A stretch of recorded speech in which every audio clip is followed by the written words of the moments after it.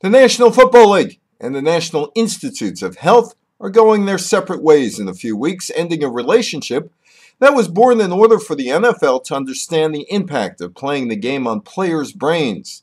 The NFL promised to give the NIH $30 million in 2012, but the two sides got into a dispute over a researcher that the NFL deemed as too biased against the league. Concussion studies will be continuing. The NFL just isn't funding the NIH. It should not be surprising the NFL is at odds with a researcher. NFL owners, led by Jerry Jones, are uncertain that playing football and being in collisions is causing brain injuries and brain damage from concussions. One former player, Matt Burke, who works for the NFL, isn't buying the research quite yet. Burke tweeted, "What about the 15,000 or so deceased former NFL players who lived full lives and didn't have CTE?"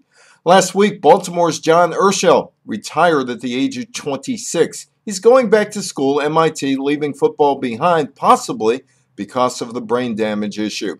The football industry keeps getting more data on brain injuries from the study of the brains of deceased players, and although the number of brains studied is very small, a very high percentage of those brains have CTE, which may have been caused from playing football. The football industry has a large problem going ahead. If it is conclusively proven that football is causing brain damage, that could mean that parents will simply not sign up their children for youth football and high school football, and that could dry up the pipeline that leads to college and pro football, and that could have a negative impact on football finances. That more than former players with brain damage scares NFL owners and NCAA football overseers.